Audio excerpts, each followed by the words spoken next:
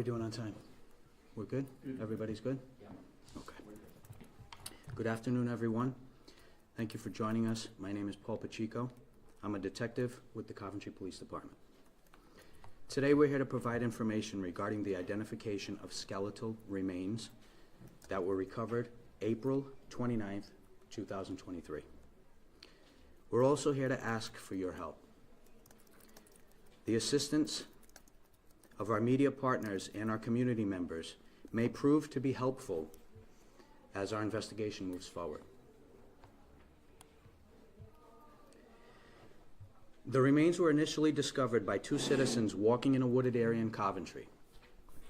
This area is town-owned property and is located at the corner of Gattery Ave and Eisenhower Street. Law enforcement was notified immediately, and detectives responded out to that area and began investigating. The remains were then turned over to the state medical examiner's office, where additional follow-up was conducted.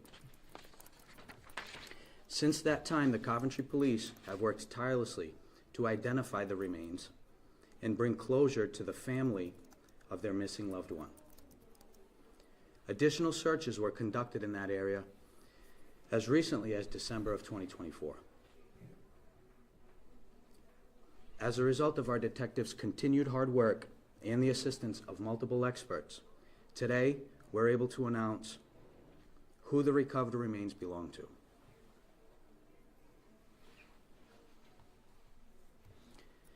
The remains are those of Heather Boivay.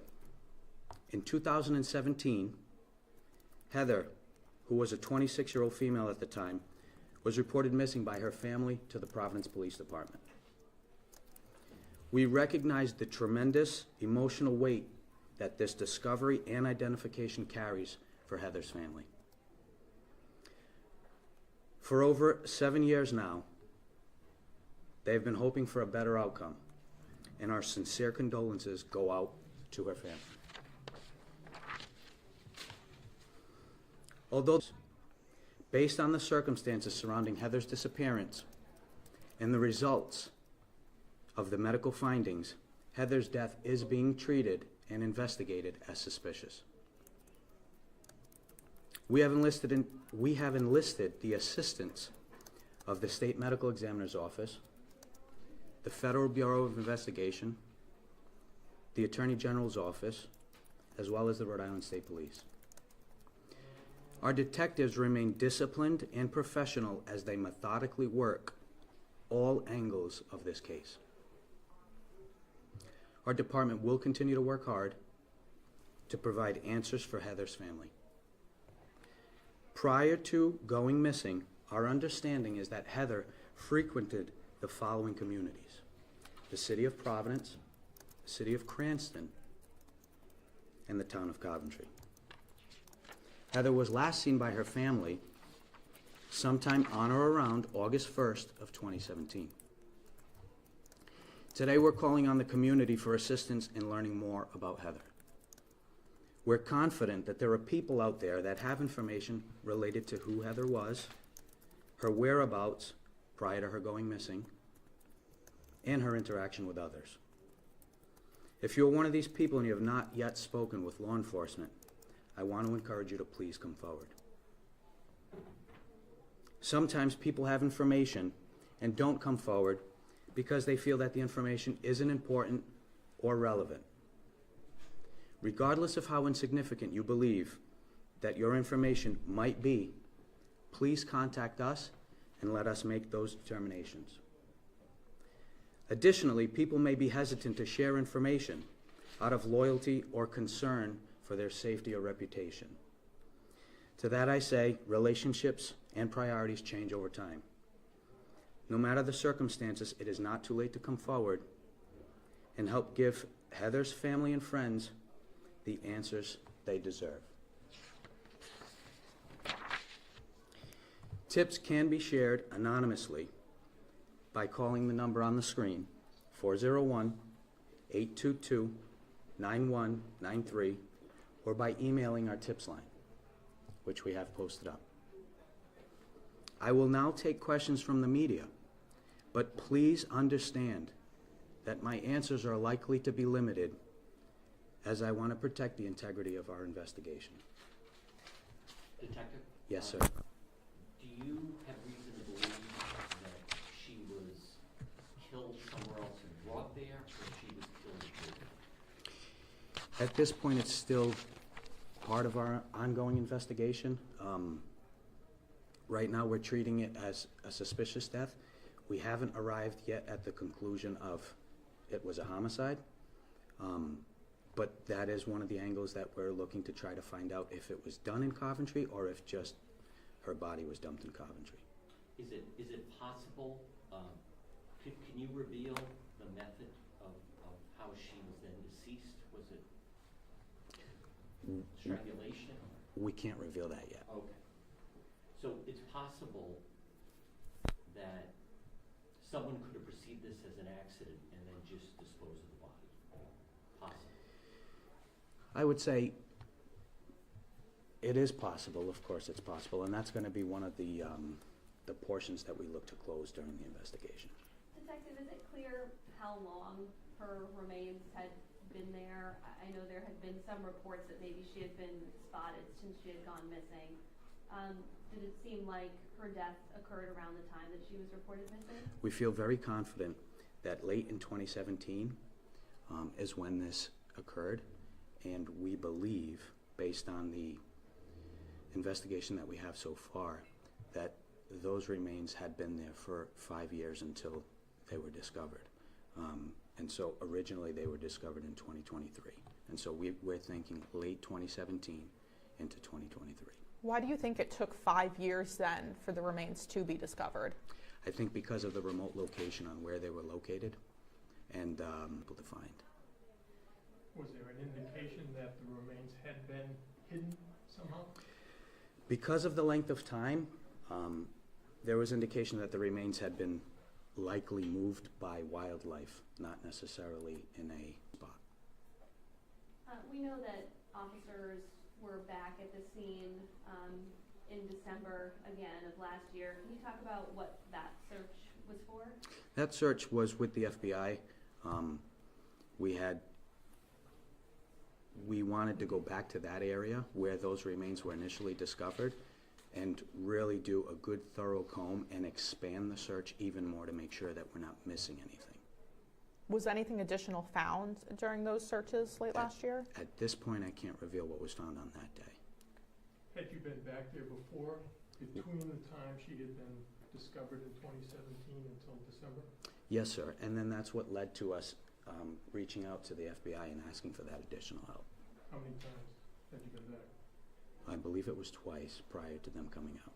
Prior to December when they searched twice? Correct. And again, you said she was identified through DNA? DNA and dental records.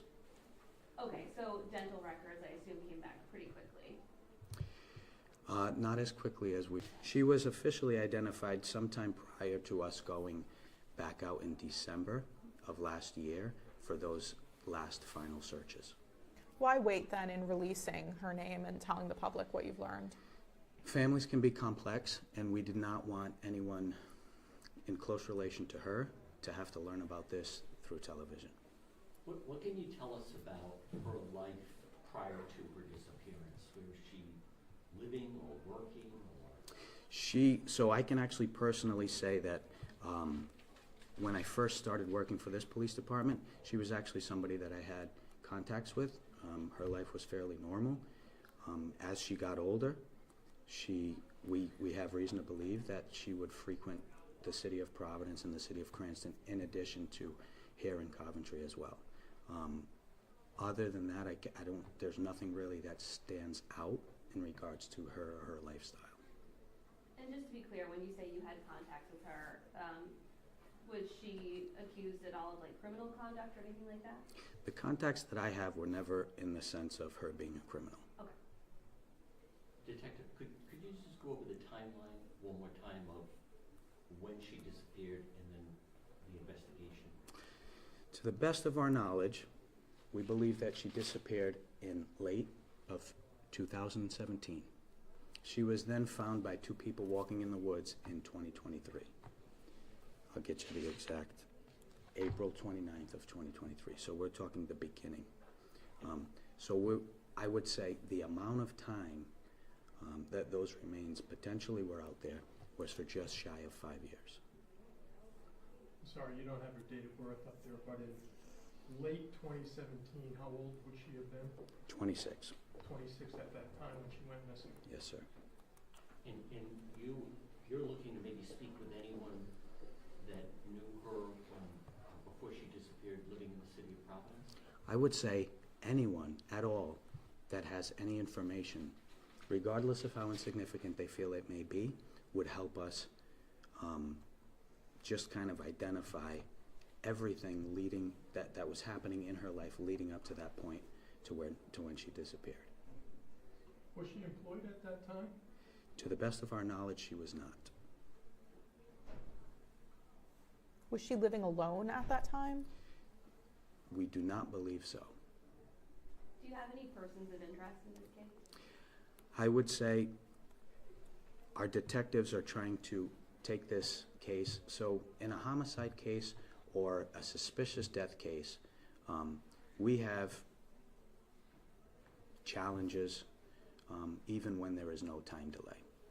With something like this where there is such a time delay, our detectives really have to take a step back and keep an open mind and keep every possible option open to rule people and places out of play. At this point in time, I would say it's too early for us to say that we've developed any person of interest.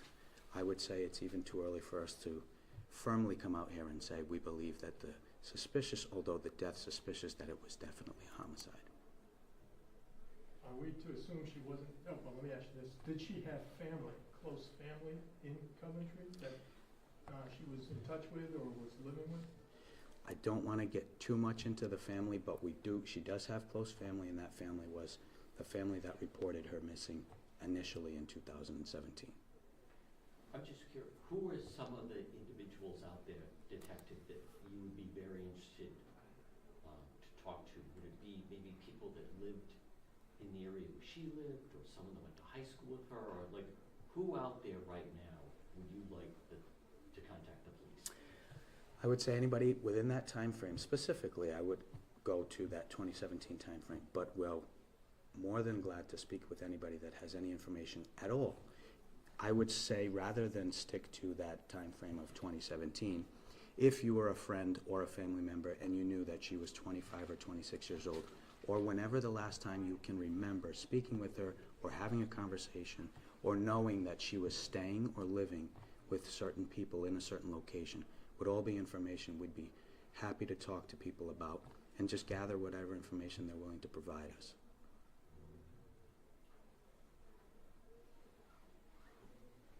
Do you know what her last employment was? I do not have her last employment.